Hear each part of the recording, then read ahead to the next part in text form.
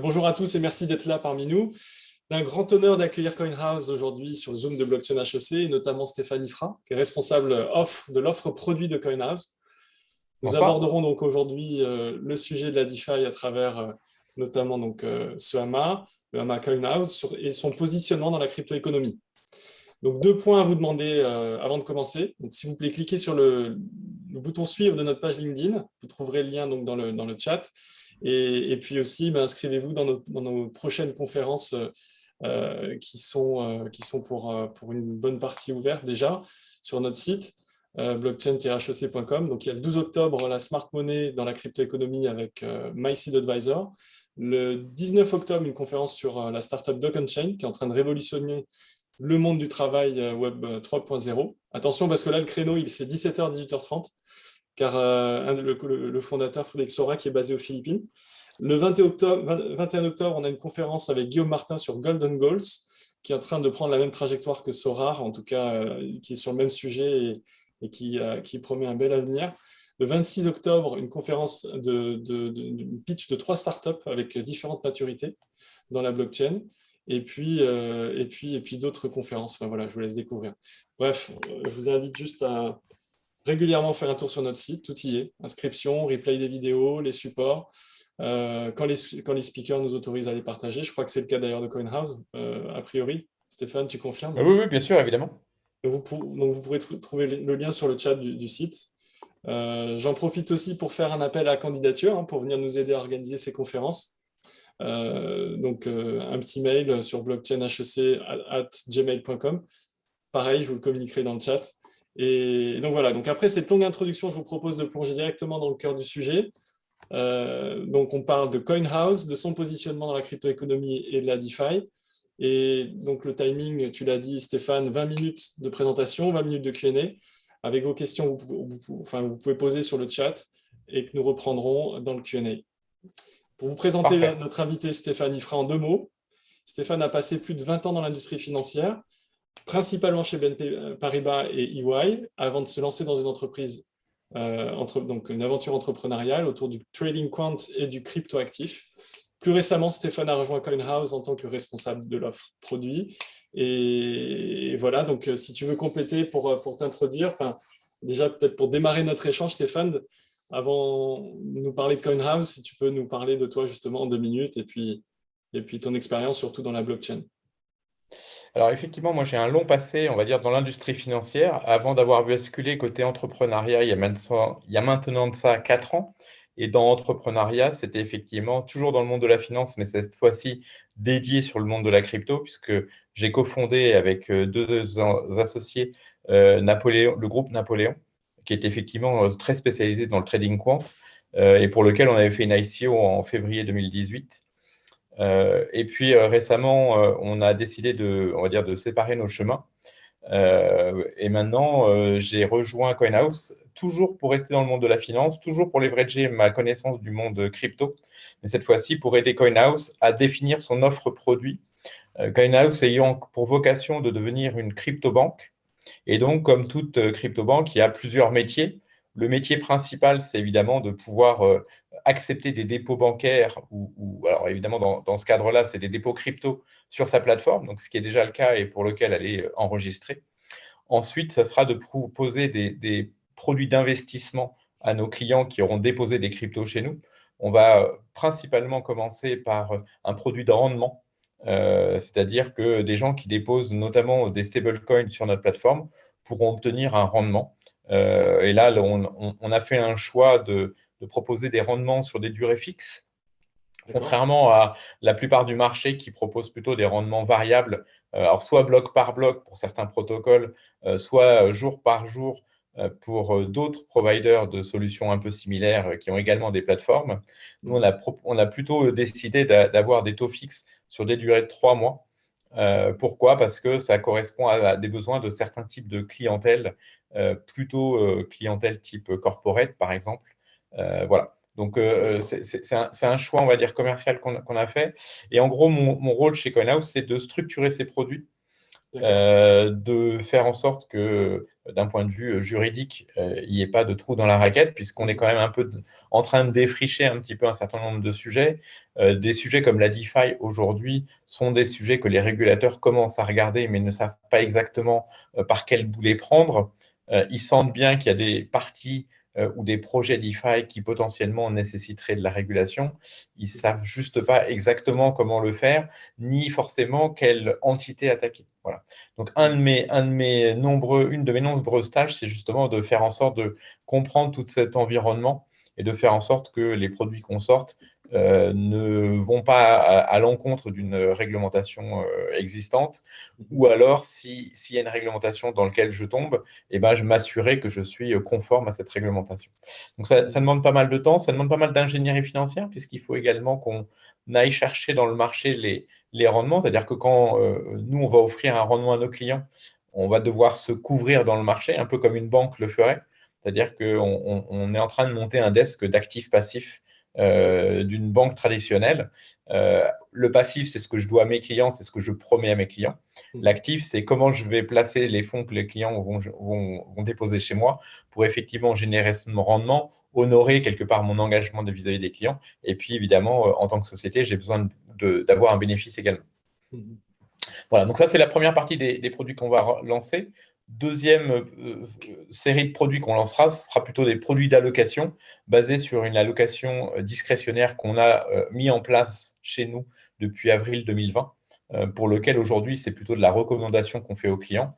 Demain, ça sera, on va dire, un produit plein pour les clients, c'est-à-dire qu'ils n'auront plus besoin d'écouter nos recommandations et de l'implémenter sur leur portefeuille. On pourra le faire directement pour eux. Et ce qu'on monte Stéphane, aujourd'hui. peut-être, Pardon, excuse-moi, excuse-moi. excuse-moi, peut-être, je t'ai pas précisé, si tu veux montrer quelques supports, si tu as des slides et que tu veux partager. Alors, non, tu- pour le coup, j'ai pas préparé le support. Je pense Ok, qu'on va essayer de le faire par oral. ça marche très bien. Normalement, ça devrait être relativement simple. Super. Et je préfère que ce soit une petite discussion. On en avait parlé un petit peu. Je trouve Yes. ça plus vivant plutôt que d'être trop sur un support et de commenter le support. Très bien, on continue, excuse-moi. Pas de souci. Euh, ouais, je pense que j'ai à peu près fini. Donc l'idée, on va dire que pour moi, c'est vraiment de créer des produits bancaires pour CoinHouse qui est en train de se positionner comme une crypto-banque du futur. Aujourd'hui, il n'y a pas d'acteur, on va dire, à l'échelle européenne qui soit vraiment similaire à CoinHouse. Donc, on est un peu en train on va dire, de défricher. Ce qui me plaît, moi, parce que par rapport à l'expérience que j'avais chez Napoléon, c'est un peu ce qu'on a dû faire précédemment dans le trading quant côté crypto. Donc là, quelque part, en termes pas de process, mais en tout cas en termes d'approche, de démarche, c'est quelque chose qui est assez similaire. C'est vraiment du product development. Et moi, c'est la partie un peu qui m'amuse beaucoup, on va dire, dans l'entrepreneuriat. C'est le fait de partir d'une page blanche et de devoir faire des choses qu'à la fin, on doit faire adopter et acheter par des clients. Parce que ça, Hmm. c'est la validation ultime. C'est-à-dire qu'on peut créer tout ce qu'on veut. Si à la fin, ce n'est pas validé par un client qui vous achète le produit, Hmm. il y a quelque chose qui ne fonctionne pas. Hmm. Voilà. Donc, c'est le test ultime, c'est de se retrouver face au client. Après, le but pour CoinHouse, c'est clairement de diversifier un peu sa base de revenus. Historiquement, on est rémunéré plutôt par des commissions de brokerage. Hmm. La plateforme a été montée autour de l'achat-vente de crypto contre monnaie fiat, donc Hmm. contre de l'euro en l'occurrence chez nous. Il y a une autre partie du business qui est également plus ou moins intégrée à la première partie, qui est la partie custody, donc la partie pouvoir déposer les fonds sur notre plateforme de manière sécurisée. C'est-à-dire qu'on a une grosse partie des fonds qui sont détenus chez nous, qui sont en cold storage. On utilise on va dire, la technologie Ledger Vault, puisque historiquement, il faut le rappeler, CoinHouse et Ledger étaient une même entreprise, puisque c'était la maison du Hmm. Bitcoin et Hmm. Ledger, et Hmm. qui se sont ensuite séparés parce qu'en gros, Ledger, c'était plutôt des devices, donc une partie un peu plus industrielle, quand Hmm. la maison du Bitcoin était plus du service, puisque Hmm. c'était le service de brokerage. Et donc, ils ont décidé de se séparer il y a quelques années. La maison du Bitcoin est devenue CoinHouse et Ledger est resté Ledger. Très clair, très clair. Voilà. Excellent. Merci beaucoup pour Bon, cette c'était une intro introduction. un peu, c'était une intro un peu longue, mais en gros, Non, non, parce que intéressant. ce ce qu'il faut retenir, c'est que, on va dire que j'ai un long passé bancaire, financier. Moi, j'ai eu la chance chez BNP, chez EY, de toucher à pas mal de choses. J'ai fait beaucoup de structuration et c'est en partie ce genre de choses que j'utilise chez Coinhouse, puisque on doit structurer les produits avant de les marketer et de pouvoir les vendre auprès de nos clients. Et puis, il y a toute une partie ingénierie financière, c'est-à-dire que quand on imagine un produit, il faut être capable de le délivrer. C'est-à-dire quand je dis je vais proposer un rendement sur des stablecoins, il faut que moi, je sois capable d'aller dans le marché récupérer ce rendement, plus la marge que Coinhouse doit se faire pour pouvoir proposer ce produit-là. Aujourd'hui, il y a pléthore d'offres de rendement. Effectivement, la DeFi, et ce sera le sujet d'aujourd'hui, c'est un grand pan, on va dire, de l'écosystème crypto qui permet de générer un rendement sur des stablecoins. Vous pouvez également prêter vos stablecoins, on va dire, dans le monde de la CeFi, donc à des contreparties, que ce soit auprès d'exchange ou auprès de contreparties de marché qui ont émergé, qui sont des acteurs très, très solides. Il y a des plateformes également qui font ça, que nous, on considère un peu comme de la CeFi. Et ensuite, vous pouvez également créer vos propres produits de rendement à partir de spot et de futures. Aujourd'hui, en fait, sur du Bitcoin ou sur de l'Ether, vous pouvez traiter soit le spot, c'est-à-dire que vous achetez vraiment votre Bitcoin et votre Ether que vous pouvez envoyer typiquement sur votre wallet ou sur votre clé Ledger, par exemple. Vous pouvez également traiter des futures sur tout un tas de plateformes. Ces futures, en général, ils traquent assez fidèlement le spot, mais la valeur du futur n'est jamais égale exactement au spot. Cette différence, qu'on appelle la base, elle varie dans le temps. Et en gros, il y a une notion de taux d'intérêt déguisé qui explique la différence entre le cours du futur et le cours du spot. D'accord. Donc, il y a des techniques un petit peu obligataires qui existent également dans le monde classique financier, puisque les futurs sont des instruments qui existent dans le monde classique financier. Et on peut exploiter finalement cette différence de prix et la dynamique de différence de prix pour ensuite générer un rendement. Voilà. Donc, on a pas mal de manières de générer du rendement sur un même actif. Et l'idée pour Coinhouse, c'est de combiner un petit peu tous ces différents supports, aller chercher de la diversification, puisqu'on n'est pas sur un seul support. Donc, si on est sur un support et que pour une raison ou pour une autre, il y a un défaut ou il y a un gros problème sur ce support-là, vous avez un risque fort de perte en capital lié à ce défaut. Donc, la meilleure manière de se prémunir de ça, c'est d'aller chercher un peu de diversification, sans sacrifier forcément le rendement et sans forcément aller chercher des supports très risqués. Aujourd'hui, dans la DeFi, juste pour donner quelques ordres de grandeur, ça représente à peu près 87-88 milliards de dollars d'encours, tout le monde de la DeFi. Là-dessus, donc il y a tout un tas de projets. Vous avez à la fois du DEX, vous allez avoir à la fois on va dire des produits de lending. Il y a également des pools de liquidité. Donc il y a tout un tas de choses qui existent dans le monde de la DeFi. Quand on parle de la DeFi, en fait, c'est tout un tas de types de projets un peu différents. Ces projets, on doit en avoir au moins une centaine. Donc évidemment, les plus gros comme des AV, Compound, sont des protocoles qui sont relativement bien connus. Et pour autant, il peut y avoir quand même des petits sujets. Sur Compound, il y a juste quelques jours, il y a eu un petit sujet sur le protocole puisque des tokens Compound ont été envoyés par inadvertance à des utilisateurs suite à un petit bug dans le smart contract. Sachant qu'en plus, il y a un petit sujet, c'est que pour la petite histoire, ce smart contract-là ne peut être mis à jour qu'une fois par semaine. Et donc, le lendemain, rebelote, puisqu'il n'avait pas été mis à jour, puisque le protocole interdit qu'on fasse une mise à jour quotidienne. Donc voilà, c'est un monde relativement nouveau. Il faut bien voir qu'il y a un an de ça, la DeFi, c'était tout petit. C'est en train de grossir très, très fortement. C'est un moyen assez novateur de générer du rendement. Voilà. Donc, notre travail, c'est aussi d'aller faire notre marché dans cet univers-là, qui est relativement nouveau, où il y a des projets très différents les uns des autres, où il y a des risques technologiques, où les tokens sur lesquels qu'on peut regarder peuvent avoir des dynamiques un petit peu différentes. Il faut bien voir qu'en plus, dans ce monde-là, on n'est pas rémunéré directement en ce qu'on appelle in-kind. C'est-à-dire quand je place des USDT, normalement, je m'attends à avoir un taux d'intérêt en USDT. Pour un certain nombre de protocoles, on vous rémunère un petit bout en USDT et un autre bout dans le token du protocole sur lequel vous investissez. Donc, typiquement sur Curve, qui est un autre protocole DeFi, quand vous apportez de l'argent à une pool de liquidité, vous allez avoir un rendement en USDT, si vous avez apporté de l'USDT, mais vous avez également un rendement en CRV qui est le token Curve. Et votre rémunération globale, c'est bien la somme de deux rémunérations. Voilà. Donc là, c'est pareil, il faut comprendre un peu quelle est la dynamique de Curve, qu'est-ce qu'il y a derrière, est-ce que je dois le garder, pas le garder, ce CRV que je reçois.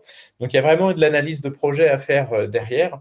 Ce n'est pas aussi simple que aller regarder le rendement sur une page web et se dire bah, je vais chercher les rendements les plus élevés.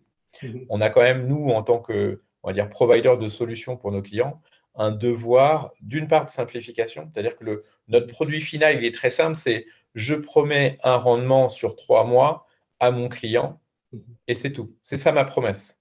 Par contre, moi, je suis obligé d'aller faire tout un travail d'analyse, de recherche, de prendre un risque que je ne vais pas réussir à honorer ma promesse. Donc, si je n'honore pas le rendement que j'ai promis à mes clients, c'est moi qui vais devoir payer la différence.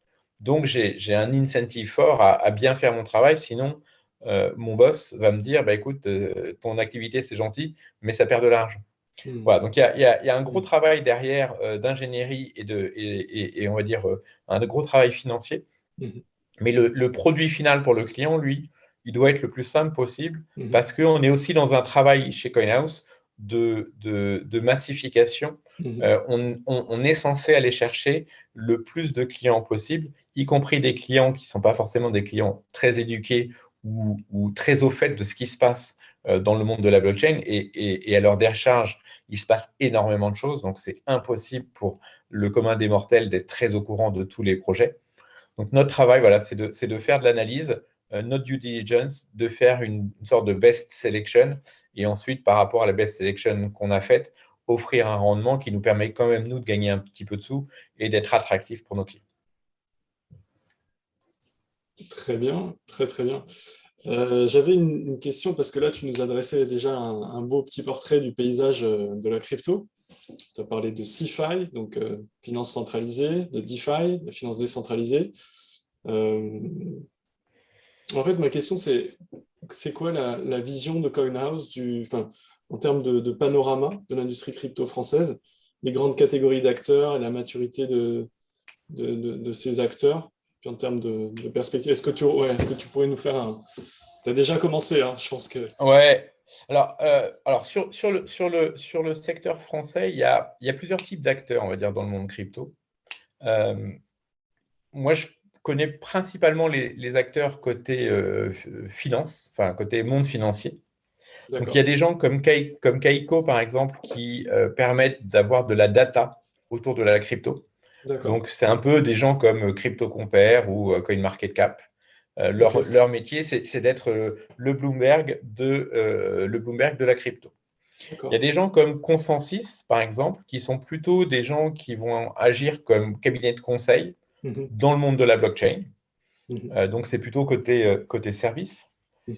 Il y a des gens comme Napoléon, où je travaillais auparavant, qui sont spécialisés sur un domaine très particulier. Eux, ils font du trading quant pour des gens qui cherchent à placer leur crypto. Mhm. Il y a des gens comme alors, Shield Market Shield Market ou comment il s'appelle Wharton, qui sont des gens qui vont vous donner accès à la liquidité du marché. Alors ça, c'est des gens que vous allez peut-être pas connaître. En tout cas, c'est des gens qui sont moins connus de l'écosystème crypto. Ils sont connus pour les gens qui sont dans la finance, parce que pour le coup, ils sont très gros et très professionnels.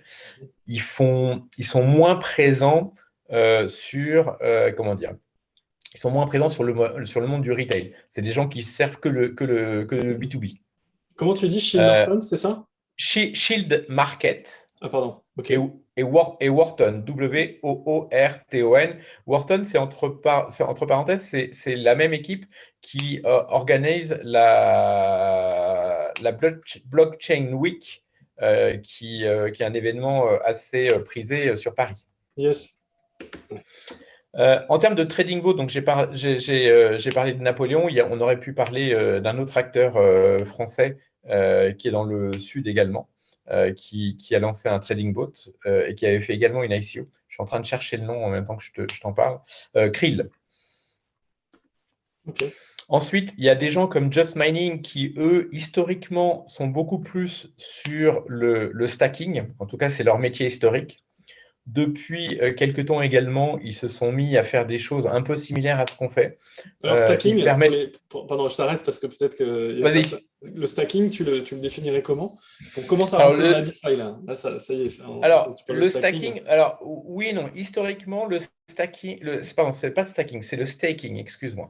Parce qu'il y a une petite différence, mais la différence, elle est grosse. En gros, eux, ils font tourner des nœuds. Donc, typiquement, sur la chaîne Ethereum, eux, ils font tourner des nœuds Ethereum. Et D'accord. donc, les gens qui, entre guillemets, voudraient placer leurs Ethers sur ce protocole-là, ils vont créer des nœuds pour ces gens-là, D'accord. collecter les Ethers associés, entre guillemets, au staking sur cette chaîne-là. Ils ont une petite part de cette rémunération et le reste, ils le reversent aux gens qui ont apporté leurs Ethers en staking. D'accord.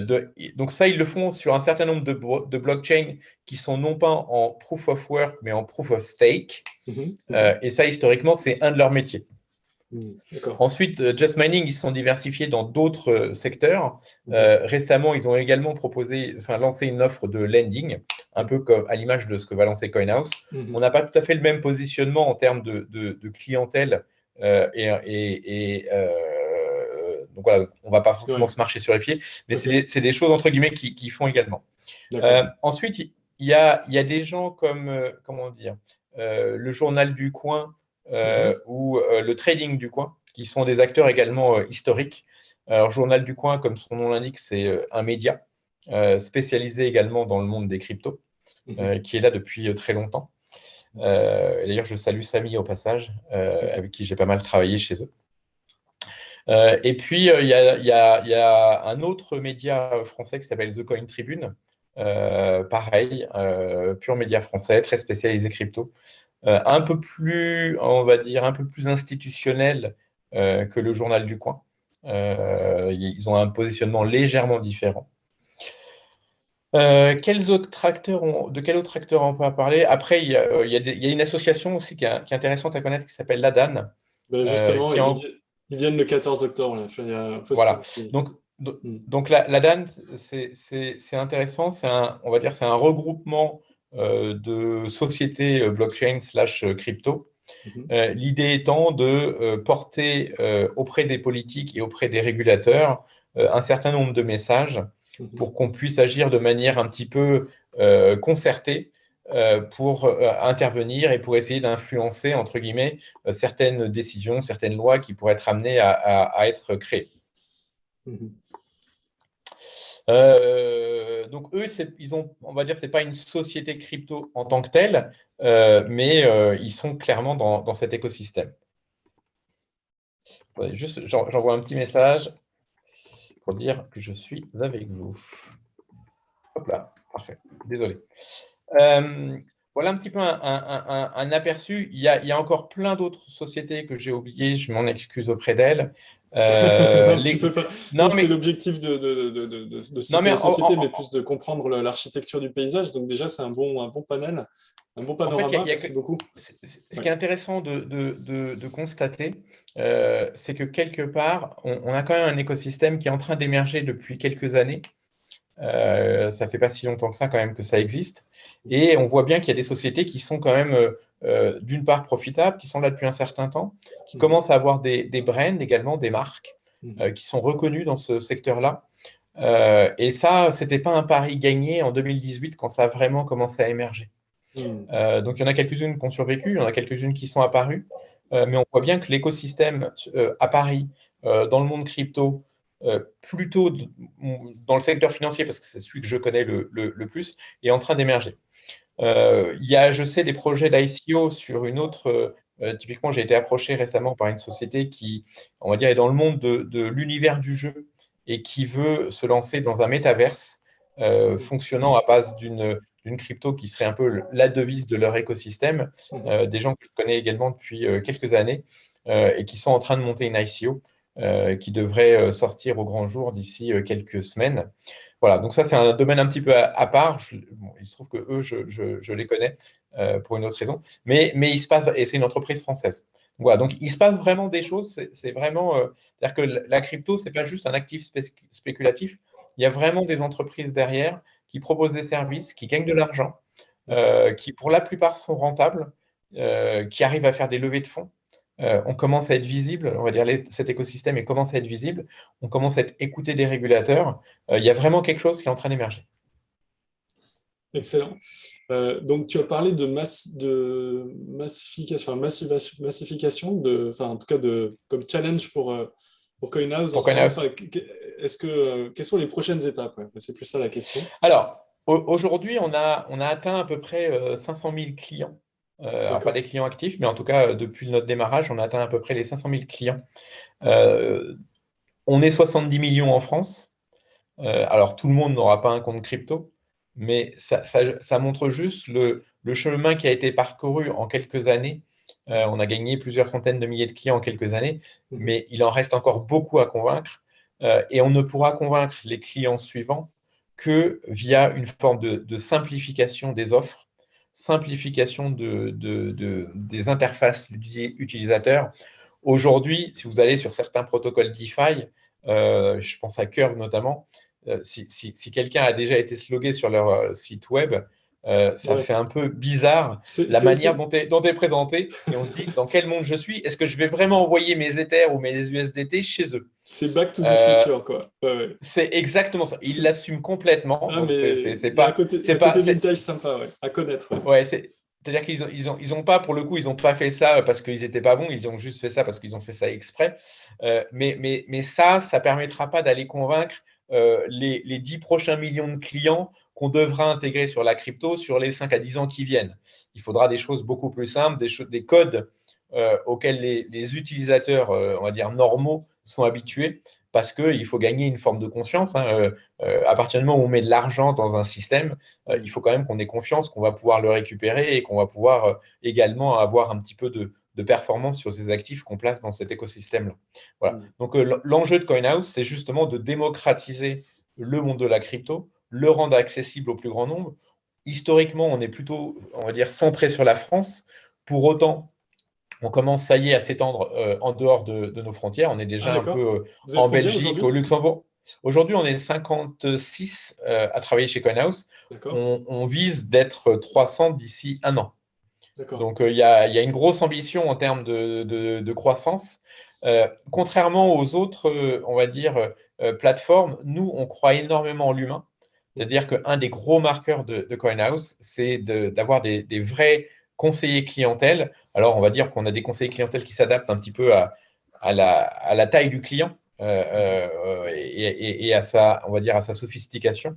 Mais on a vraiment, derrière, on met de l'humain. C'est-à-dire qu'on accompagne les gens quelque Mhm. part dans leur démarche pour arriver sur ce monde-là, pour faire les premiers pas dans le monde crypto, et puis également pour gérer de manière plus ou moins active les portefeuilles crypto de nos clients.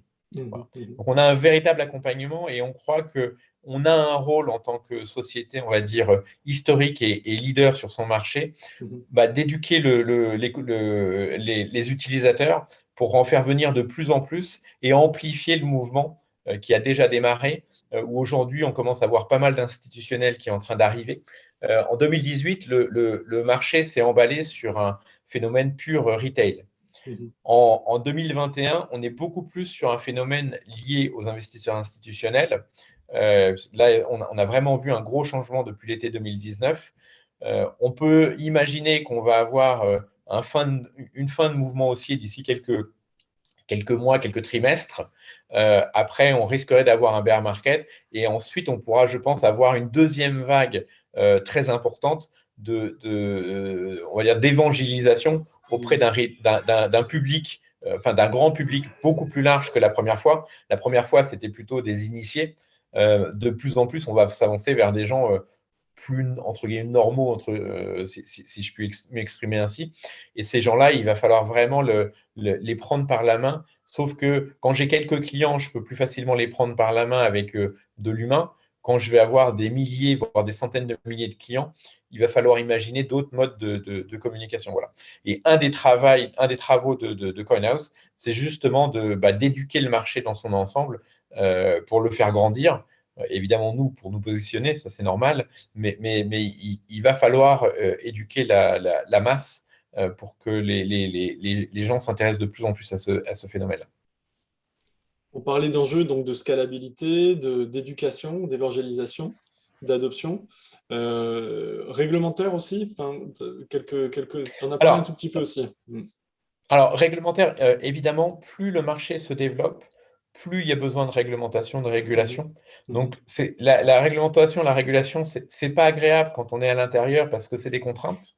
Il ne faut pas se Mhm. voiler la face. Mhm. Pour autant, c'est la condition sine qua non pour, d'une part, attirer les investisseurs institutionnels. Eux, ils ne peuvent pas rentrer sur une classe d'actifs s'il n'y a pas un cadre juridique clair. Et ensuite, ça sera également un gage qui permettra d'aller faire de la publicité grand public pour justement attirer le petit épargnant. On n'aura le droit de le faire qu'à partir du moment où il y aura une forme de régulation sur ce qu'on fait.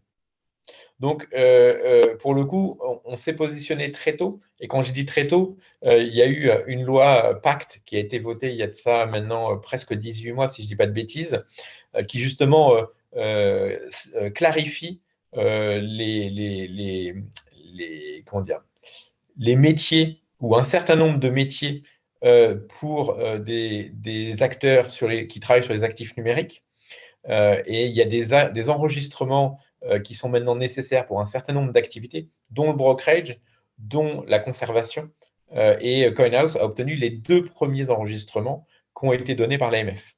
Donc, quand je dis on est là de manière historique sur le secteur de la réglementation, on a même été les premiers acteurs sur ce secteur-là. Donc, on a obtenu les enregistrements numéro 1 et numéro 2. Pour nous, c'est vraiment un incontournable. Un de nos fers de lance et une de nos batailles régulières, c'est justement de continuer à obtenir des réglementations, parce qu'en fait, souvent, les réglementations, en plus, elles sont liées à une géographie. Aujourd'hui, on est enregistré en France auprès de l'AMF. Demain, on va être enregistré dans d'autres pays. En tout cas, c'est dans les cartons. Je ne vais pas parler des pays sur lesquels on va être enregistré, mais les dossiers ont été déposés. Aujourd'hui, c'est sur la partie brokerage, conservation. Mhm. Demain, ça pourrait être sur de l'asset management. Ça sera certainement sur les services de paiement, sur les moyens de paiement. Donc, on est vraiment en train de travailler là-dessus. Pour nous, c'est important si on veut devenir une crypto-banque. Il va falloir qu'on se conforme finalement à la réglementation actuelle que les banques peuvent avoir. Il faut voir que le secteur financier, c'est le 2e secteur dans le monde le plus régulé, après celui de la santé. Mhm. Mhm. Voilà, donc c'est un monde dans lequel il y a énormément de régulation. Mhm. Donc voilà, c'est quelque chose qui doit faire partie de notre ADN si on veut que le secteur se développe. Et alors, tu parlais dans le monde justement, mais alors par rapport à l'écosystème mondial, justement, comment tu situes la France sur ses activités de DeFi et d'innovation? Enfin, ouais. Alors, je pense que la France, avec la loi Pacte, ça a été un précurseur parmi les grands pays européens pour justement clarifier un certain nombre de choses sur ce secteur-là. Évidemment, en Europe, la manière dont ça fonctionne, c'est qu'on est censé avoir des lois européennes qui sont ensuite déclinées pays par pays. Pour une fois, il n'y avait pas de loi européenne. Quelques pays ont adopté des lois, dont Chypre, dont l'Estonie, si je ne dis pas de bêtises, dont la France. Évidemment, et sans, on va dire, sans arrière-pensée chez moi, la France pèse plus au niveau de l'Europe qu'un pays comme Chypre ou Mhm. qu'un pays comme Malte. Donc il y a des chances que quand la régulation européenne sera écrite, et elle est en train d'être écrite, d'où l'intérêt d'aller travailler avec des gens comme l'ADAN, puisque c'est des gens qui vont être perçus par les régulateurs qui sont en train d'écrire les lois comme des interlocuteurs privilégiés, parce que ça leur permet, au travers d'un seul interlocuteur, de parler à l'ensemble de l'écosystème, puisque au travers des réunions qu'on a à l'ADAN, eh ben, on remonte tout un tas de points, on se met d'accord sur un certain nombre de sujets qui doivent ensuite être adoptés ou abordés avec les régulateurs. La France, pour une fois, est plutôt précurseur en Europe sur ce sujet. C'est un pays qui a un poids important historiquement en Europe et qui va certainement être un des moteurs pour la régulation qui devra être mise en place au niveau de l'Europe. Voilà. Mm. Après, l'Europe par rapport aux US, les US, ils ne sont pas ultra en avance sur la partie régulation. Alors, eux, ils essayent plutôt de faire rentrer les cryptos dans des cases existantes. En Europe, je pense qu'on a une approche un petit peu différente qui est plutôt de créer un environnement dédié au monde des cryptos. En tout cas, d'adapter l'environnement existant au monde des cryptos. Voilà, donc pour une fois, je pense qu'on n'a pas à rougir en France. Carrément, carrément. 18h33, on avait dit 20 minutes de présentation, 20 minutes de questions-réponses. Bon, c'était une dichotomie un petit peu, de toute façon, il n'y avait pas de frontières. Et on a fait un peu les deux dans tous les cas. J'en profite pour regarder un peu les questions qu'on a du public aussi. Et on a une question de Cédric, qui est plutôt orienté, qui est à la fois finance traditionnelle et finance crypto. Et qui pourrait t'adresser directement, puisque je crois que vous donnez des cours, CoinHouse donne des cours de crypto et de finance crypto à HEC et à d'autres établissements. Effectivement, on donne des cours de crypto dans le cadre du master XHEC, qui est le master entrepreneuriat. Génial. Et donc, effectivement, j'ai quelqu'un de mon équipe qui donne des cours depuis quelques semaines là-bas. Et le cours s'achève fin décembre. Très bien. Excellent. Donc, la question, c'était si tu pouvais expliquer en 2 mots ce qu'est un futur. Alors, un futur, c'est ce qu'on appelle un contrat à terme, donc c'est un gros mot. En gros, c'est un droit. Non, c'est pas évident. En gros, un futur, c'est un instrument financier.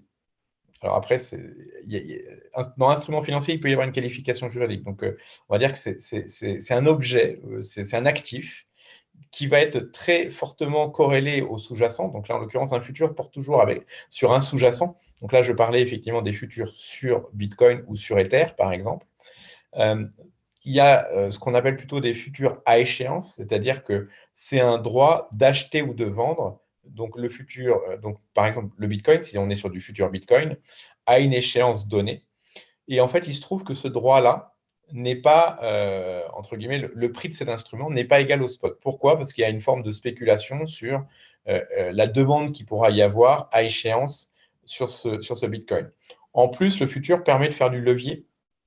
C'est-à-dire que quand je veux acheter un futur sur un Bitcoin, je n'ai pas besoin d'avoir l'équivalent aujourd'hui, ça vaut à peu près 54 000 $. Donc, je n'ai pas besoin d'avoir 54 000 $.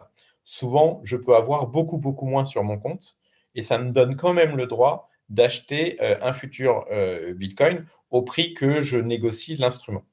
Par contre, qu'est-ce qui se passe si le prix monte? Il n'y a pas de problème. Mettons que j'ai que 5 000 $ sur mon compte, qu'on m'autorise à acheter un futur qui fait 54 000 $. Si le prix du futur monte à 59 000 $, j'ai gagné 5 000 $. J'avais 5 000 $ au début, j'ai maintenant 10 000 $, donc j'ai multiplié par 2 mon capital. Évidemment, on voit bien que si le futur baisse, donc passe de 54 000 à 49 000, cette fois-ci, j'ai perdu mes 5 000 $ et j'arrête de jouer. Voilà, donc c'est un instrument. Si le compte est à 5 000, c'est clair, on arrête, liquider. Voilà, c'est ça. Voilà. Ce qu'on appelle rect, c'est parce que il y a quelqu'un qui a créé alors pas un indice, mais en tout cas qui suit justement les gens qui se font liquider sur ces marchés-là. Donc c'est vraiment à préconiser que pour des gens qui sont très expérimentés et des gens qui savent gérer le levier. Merci beaucoup. Pas d'autres questions. Moi, j'avais une question aussi peut-être sur votre croissance. Donc, tu parlais de 50 à 300, c'est ça? Oui, en termes de nombre d'employés, effectivement, on est aujourd'hui 55. Notre ambition, c'est d'être 300 d'ici fin 2022. D'accord. Donc, on va avoir beaucoup de recrutement.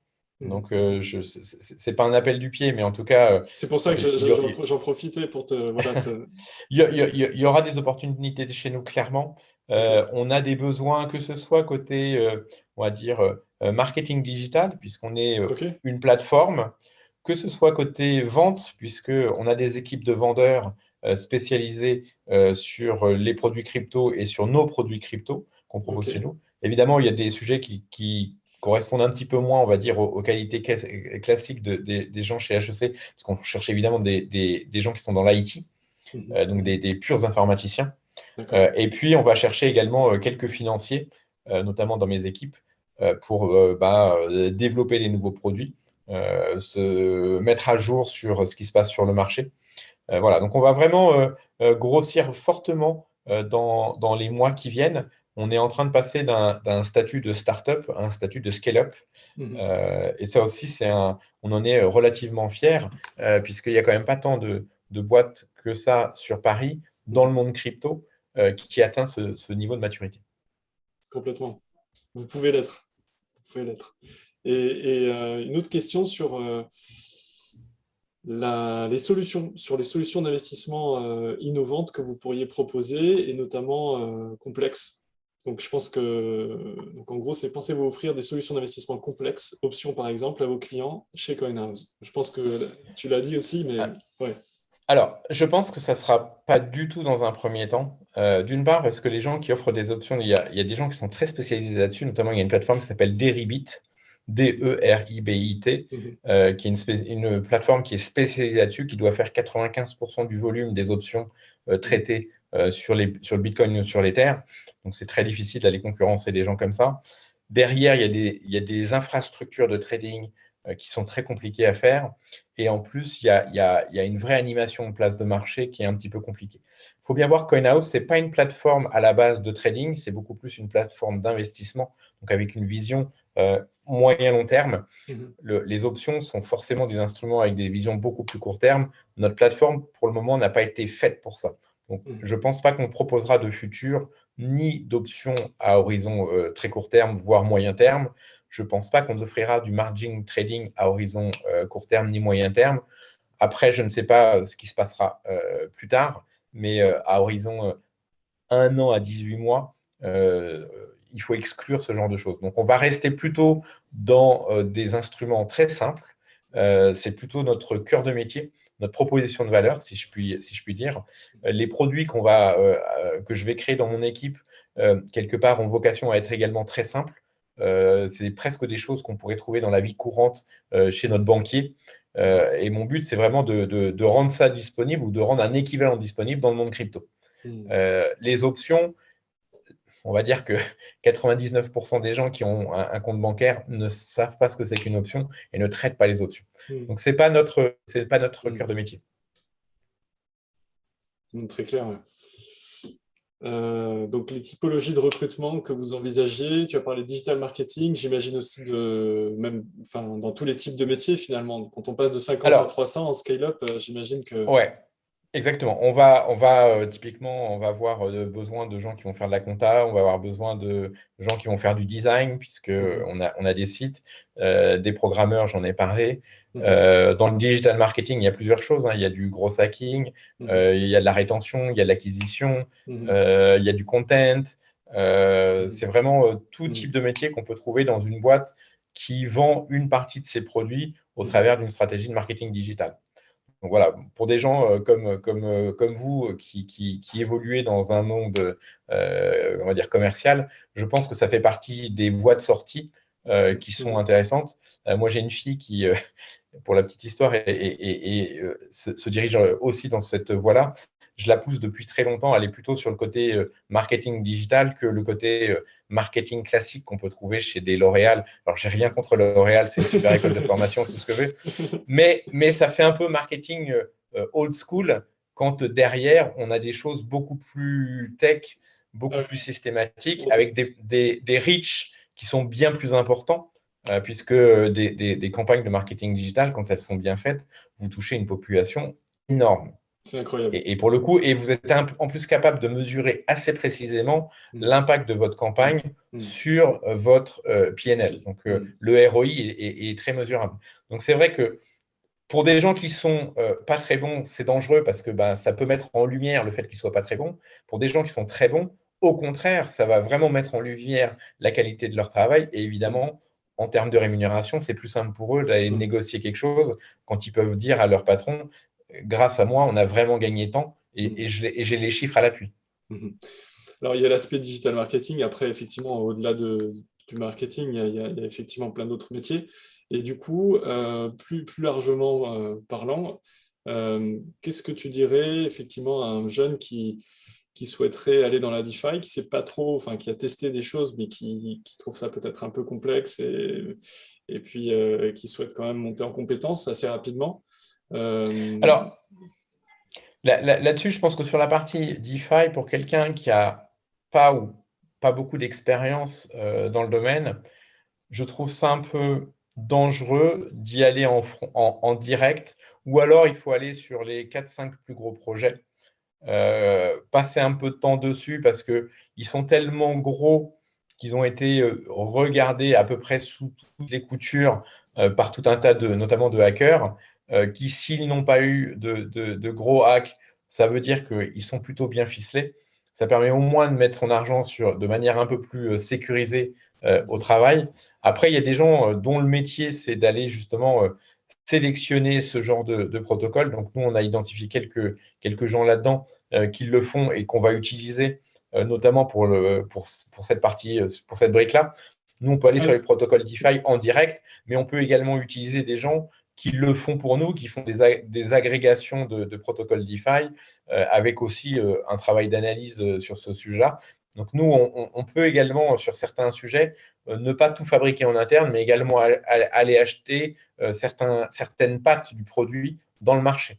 Voilà. Donc en fait, Donc, il y a des... pour investir dans la DeFi aujourd'hui, passer par CoinHouse, ça facilite pas mal les choses. Après, ma question c'était plus celui qui souhaiterait, qui est passionné par ce sujet, qui souhaiterait orienter sa carrière dans ce domaine, par exemple.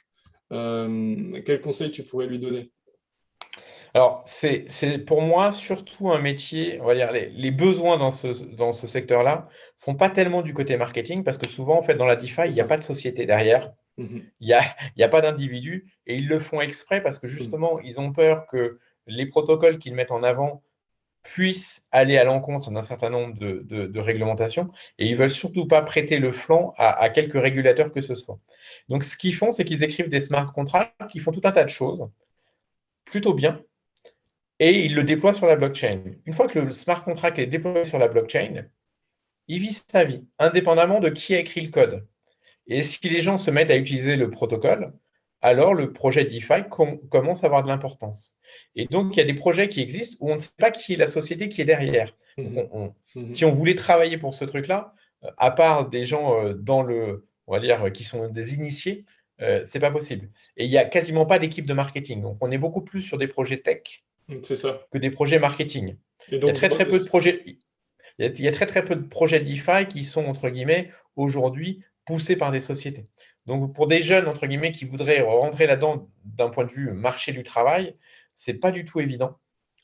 Et c'est plutôt des gens qui vont être côté tech, qui vont donc des devs, en, ouais, et- c'est plutôt des devs en fait. Pour mais, moi, hein, et par rapport à ton profil, qui a quand même aussi un background financier, de structuration de produits financiers, tu disais aussi que ça t'a quand même pas mal servi aussi. Enfin, est-ce que tout de suite, c'est vrai que c'est un état d'esprit qui permet de s'adapter au monde de la DeFi, peut-être, enfin, je sais pas, hein, alors, en fait, on va dire, mon expérience de structuration me sert à plusieurs choses. D'une part, comprendre les règles du jeu du régulateur. Mhm, Ensuite, ma partie ingénierie financière fait que j'arrive à comprendre ce que font les protocoles, comment ils mhm, fonctionnent, leurs principes, comment ça gagne de l'argent, les risques associés. mhm, Et ensuite, je suis capable de me dire ce que je trouve, c'est compatible ou pas compatible avec les lois du régulateur. mhm, mhm, Voilà. Donc, c'est deux choses que j'utilise. C'est à la fois une partie casquette ingénierie financière mhm, mhm, et une casquette, entre guillemets, plus de structuration. mhm, Structuration, il faut entendre par, c'est du juridique, en fait, hein. Quand on parle de mhm. structuration, c'est beaucoup plus juridique. Ingénierie D'accord. financière, c'est on regarde plus ce qui rentre, ce qui sort, de comprendre les risques et tout ça, Mhm. presque indépendant du juridique. Et à la fin, pour avoir un produit, il faut réconcilier les deux. Super, très clair, merci beaucoup. Allez, la dernière question, après, ce sera le mot de la fin. Une question de Yas. Selon vous, à quel horizon pourrait voir un ETF crypto au Bitcoin en France ou dans l'UE? Est-ce que CoinHouse envisage de proposer un produit ETF? Alors, le sujet en ce moment, il est surtout aux US. En Europe, il existe ce qu'on appelle des ETP. Donc, c'est presque un ETF, sauf qu'il y a il y a le support physique à la fin. Le plus ancien ETP sur le sujet, c'est CoinShares, Mhm. qui doit avoir un peu plus d'un milliard d'encours, ou non, pardon, ça doit être 4 ou 5 milliards d'encours sur le Bitcoin. Mhm. Il y a des ETP qui ont été montés par ailleurs également en France, pardon, pas en France, en Europe et qui sont listés en Suisse par une boîte qui fait beaucoup d'ETF au UK. Aujourd'hui, les ETF ne sont pas encore montés. Il y a une raison à ça, c'est que le problème, c'est le dépositaire. Aujourd'hui, il faut voir quand on monte un ETF, c'est un fonds. Pour avoir un fonds, il faut un agrément. Pour avoir un agrément, il me faut un dépositaire. Dépositaire, c'est celui qui détient les fonds. C'est-à-dire que vous avez la société de gestion, c'est celle qui va gérer l'ETF. Une fois qu'elle achète ou qu'elle vend les produits, elle ne les garde pas. Ce n'est pas une banque. Une société de gestion n'est pas une banque. Et donc, les actifs qu'elle a sous gestion, il faut qu'elle les dépose, d'où le nom de dépositaire, Mhm. dans une banque, mais ce n'est pas une banque au sens BNP Paribas, Société Générale, où on va déposer des euros. C'est une banque qui a le droit d'accepter des actifs, donc typiquement des actions. Elles ne sont pas déposées chez une banque, elles sont déposées chez un dépositaire. Après, les banques sont souvent actionnaires de dépositaires, mais les dépositaires sont des sociétés indépendantes. Mhm. Et donc aujourd'hui, ce qui bloque un petit peu, c'est justement d'avoir des dépositaires qui soient régulés. CoinHouse a la chance d'être régulé. Et donc, on travaille, nous, avec, alors pas tellement sur un ETF, mais on travaille sur des fonds, sur des formats à fonds, pour intervenir, pour aider des sociétés de gestion, puisqu'on n'a pas le statut de société de gestion aujourd'hui, pour aider des sociétés de gestion à monter des produits crypto, en leur apportant, nous, notre capacité à faire du brokerage, donc à faire de l'achat-vente, mais également à être dépositaire et avoir un enregistrement pour ça. Mhm. Voilà. Donc, je pense qu'on aura peut-être plutôt un fonds avant de voir un ETF, Mhm. mais le jour où on sait faire un fonds, on sait faire un ETF. Ça marche. Parfait. Voilà. Merci beaucoup. Merci Stéphane. Merci à CoinHouse. Et puis, bah, donc, merci à tous aussi pour votre présence et votre participation. Je vous invite donc à aller voir le site de CoinHouse, à l'utiliser, bien sûr. Et puis, aller voir aussi le job board, puisque un gros challenge de scalabilité. Et j'espère Ouais. qu'on pourra vous revoir rapidement, bientôt sur le Zoom de Blockchain HEC. Ouais. Et n'hésitez pas à regarder sur notre LinkedIn, puisque pour le coup, je pense que la plupart de nos offres d'emploi, on essaye de les faire passer sur LinkedIn. Très On est bien. sur anciennement Welcome to the Jungle. Alors, je sais que ça a été rebaptisé, je ne sais plus comment ça s'appelle. Oui, Ça a un peu je changé vois. de nom. Je vois. Ouais. Mais voilà, on met tous nos postes là-bas, Super. parce que c'est un job à plein temps en fait de recruter. Ah oui, oui, on est d'accord. Surtout dans cette dimension-là. Donc, Exactement. encore bravo pour ce que vous faites et puis merci pour ta présentation et notre discussion ce soir. Bonne soirée à tous et à toutes. Bonne soirée. Merci Stéphane. Au revoir. Au revoir.